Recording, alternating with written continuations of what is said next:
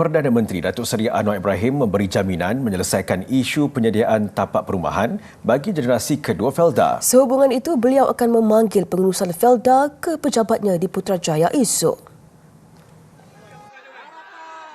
Pertemuan dijangka memberi tumpuan kepada usaha menyelesaikan isu berlarutan yang membebankan warga Peneroka, khususnya melibatkan hak pemilikan tanah generasi kedua serta penyediaan perumahan. Berucap pada program Jelajah Harapan Felda bersama PMX di Dataran Putra Felda Palong Timur di Dun Buluh Kasab Segamat, beliau berkata menjadi komitmennya untuk mencari penyelesaian supaya ada pembelaan. Dan saya dah bagi tahu wakil-wakil di sejak tahun lalu, saya nak teruskan supaya masalah-masalah yang dibangkitkan berpuluh tahun generasi kedua ini saya cuba selesaikan sementara saya jadi Perdana Menteri dan Menteri yang bertanggungjawab dalam soal Felda.